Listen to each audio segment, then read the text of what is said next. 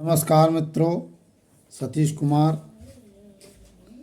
Towards education में आपका पुनः स्वागत है। और मुझे कैसे हैं आप लोग?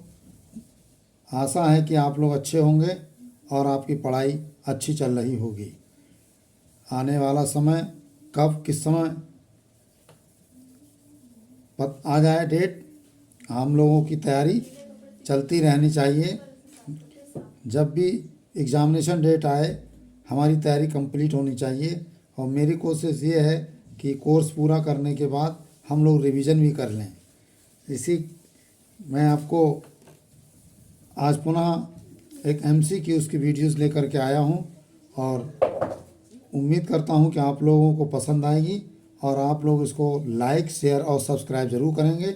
समय व्यर्थ ना करते हुए मैं आपको पहला क्वेश्चन बताता हूं कि आनुवंशिकी और विकास के अंतर्गत पहला क्वेश्चन है कि नीचे दिए गए कूट का प्रयोग ये है कि नीचे दिए गए कूट का प्रयोग कर सही उत्तर का चयन करना है। आपको सही उत्तर का चयन करना है। वेन वर्ग संतुलन में अंतर्निहित धारणाएं हैं। वेन वर्ग संतुलन में अंतर्निहित धारणाएं हैं। जीव द्विगुणित हैं। ए जीव द्विगुणित हैं। वी आबादी का आकार असीम रूप से बड़ा है। सी मेटिंग यादृच्छिक है।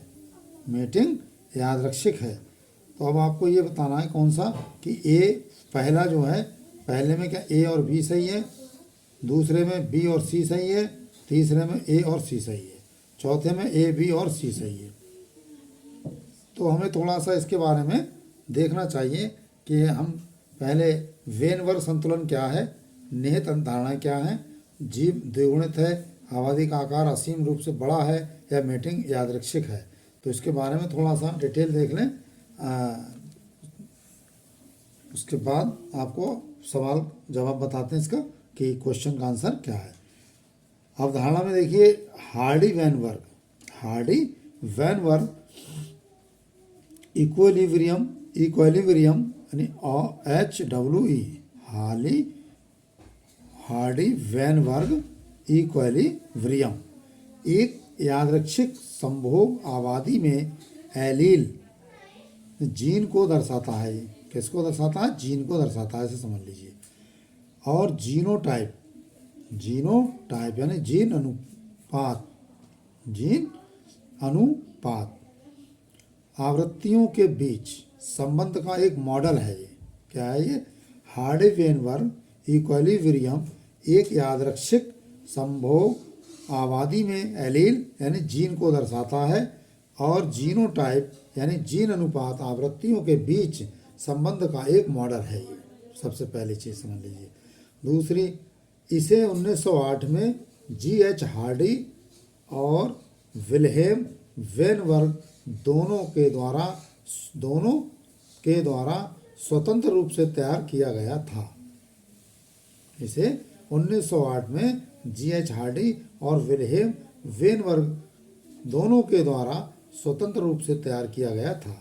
ठीक, ये मेन हो गया धारणा इसकी। अब हमें कुछ इसके की पॉइंट्स देख लेते हैं। की पॉइंट्स में क्या है कि हार्डी वैन वर्ग संतुलन, क्वेश्चन का ध्यान रखते रहिए कि क्या अंतर्निहित धारणा है। हार्डी वैन वर्ग संतुलन कई मान्यताओं पर आधारित है ना। हार्डी वैन वर्ग संतुलन कई मान्यताओं पर आधारित है। अंतर्निहित धारणा है, देखिए आबादी असीम रूप से बड़ी है। क्या बड़ी है? आबादी असीम रूप से बड़ी है। ग्रोथ आबादी बंद है, जिसका अर्थ है कि कोई भी व्यक्ति आबादी में प्रवास या उप्रवास नहीं कर रहा है। प्रश्न में क्या है? प्रश्न में जीन पर कोई उत्परिवर्तन नहीं हो रहा है। प्रश्न में जीन पर कोई उत्परिवर्तन नहीं हो रहा है। आबादी के भीतर व्यक्ति यादृच्छिक रूप से संभोग कर रहे हैं। व्यक्ति अपने साथी नहीं चुन रहे हैं, है ना। प्राकृतिक चयन नहीं हो रहा है। इसका मतलब क्या हुआ कि इसमें प्राकृतिक चयन भी नहीं हो रहा है। तो अब इसमें हम देखते हैं आगे कि एडिशनल इन्फॉर्मेशन है कुछ कि यह एक शून्य परिकल्पना है। अर्थात ये वास्तविक आबादी पर लागू नहीं होती है। जीनोटाइप आवृत्तियों को निर्धारित करने के लिए प्रयुक्त हार्डी वेनबर्ग समीकरण है P square plus 2pq plus P plus Q square is equal to 1, जहाँ पी स्क्वायर समयुग्मजी प्रमुख जीनोटाइप डबल ए की आवृत्ति को दर्शाता है।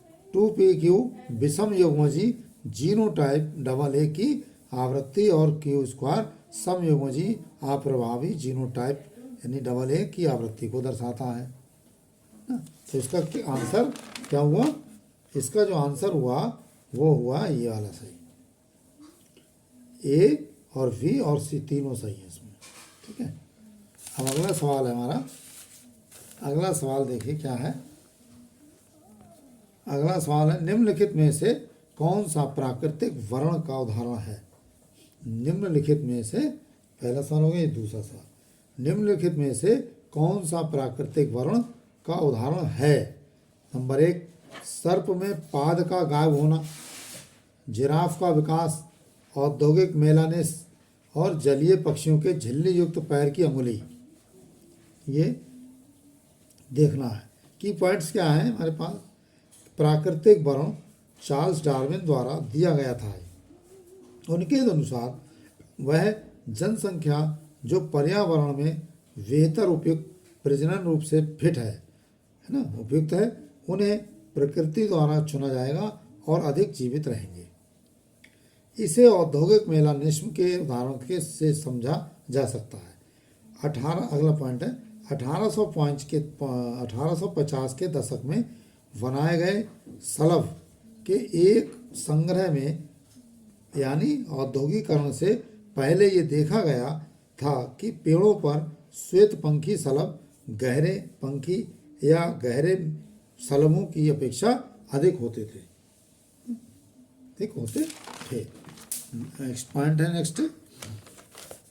हालांकि उसे क्षेत्र से किए गए संग्रह में, लेकिन औद्योगिकरण के बाद यानी 1920 में ठीक उसी क्षेत्र में गहरे रंग के सलभ अधिसंख्यक थे, अर्थात अनुपात उल्टा हो गया था।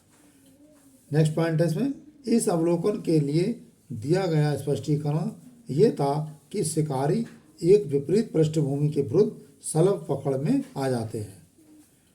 नेक्स्ट पॉइंट, औद्योगिकरण के बाद वाली अवधि के दौरान उद्योगों के धुएं और कालिक के कारण पेड़ों के तने काले पड़ गए थे। नेक्स्ट पॉइंट, इस स्थिति में शिकारियों के कारण श्वेत पंखों वाले सलभ जीवित नहीं बचे, गहरे पंखों वाले या गहरे सलभ बच गए थे। औद्योगिकरण शुरू नेक्स्ट पॉइंट है, औद्योगिकरण शुरू होने से पहले लगभग लाइकेन की मोटी वृद्धि ने पेड़ों को ढक दिया। उस पृष्ठभूमि में श्वेत पंखों वाले सलभ बच जाते थे, लेकिन गहरे रंग के सलभ शिकारियों की पकड़ में आ जाते थे, है ना। तो अगला, अतः जो सलभ खुद को छिपाने में सक्षम थे यानी पृष्ठभूमि में छिप गए, वह बच गए, बाकी खत्म हो जाते थे। एडिशनल इंफॉर्मेशन क्या है नेक्स्ट, कि अन्य 3 विकल्प लैमार्कवाद के उदाहरण हैं। लैमार्क के अनुसार जीवन का विकास अंगों के उपयोग और उन अनुपयोग के कारण हुआ है। लैमार्क का सिद्धांत 3 कारकों पर आधारित है: नई आवश्यकताएं, लक्षणों का अधिग्रहण और अधिग्रहित लक्षणों की वंशागति। तो इसका जो आंसर है वो आंसर इसका औद्योगिक मेलानिस। निम्नलिखित में से कौन सा प्राकृतिक वर्ण? तो औद्योगिक मेलानिस, ये इसका आंसर सही है। ठीक है, और एक सवाल आपको और कराते हैं इस वीडियो में। शाखा वंश, तीसरा क्वेश्चन है कि शाखा वंश ब्रांचिंग डिसेंट की अवधारणा किसके द्वारा दी गई थी? शाखा वंश की अवधारणा किसके द्वारा दी गई थी? ऑप्शन है Gregor Mendel, Charles Darwin, Lamarck, Oparin और हल्दाने। चार्ल्स डार्विन इसका आंसर ठीक है। अब हम इसकी व्याख्या करते हैं। शाखा वंश की अवधारणा चार्ल्स डार्विन ने दी थी।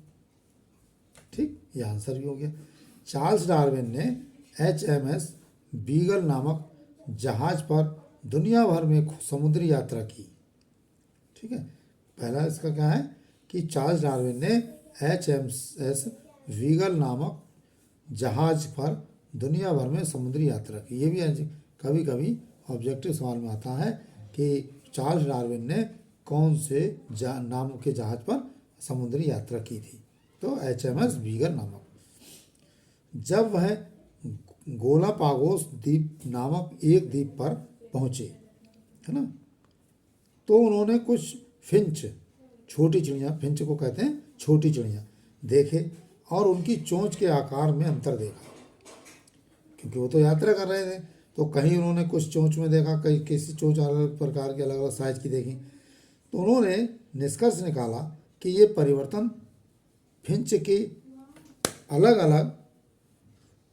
अलग अलग खाने की आदत के कारण है।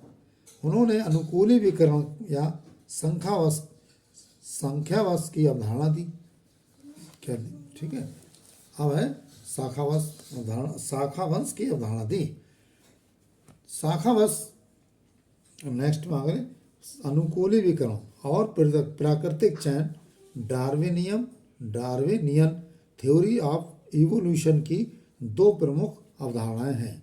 अनुकूली विकर्ण और शाखावंश ये विकास की प्रक्रिया है जिसमें किसी दिए गए भौगोलिक क्षेत्र में एक समान बिंदु से शुरू होने वाली विभिन्न प्रजातियां अन्य भौगोलिक क्षेत्रों या आवासों में फैलती हैं।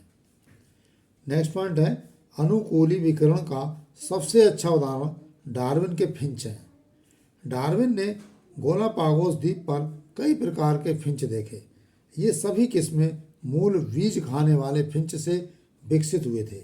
चोंच में प्रत्यावर्तन के कारण साथ कुछ कीटभक्षी हो जाते जबकि अन्य शाकाहारी रहते थे। चोंच के आकार में ये परिवर्तन विभिन्न आवासों में कुछ विशेष प्रकार के भोजन की उपलब्धता के कारण हुआ। जैसा जैसा भोजन मिलता गया वैसे वैसे वो पक्षी अपने आप को चेंज करते चले गए।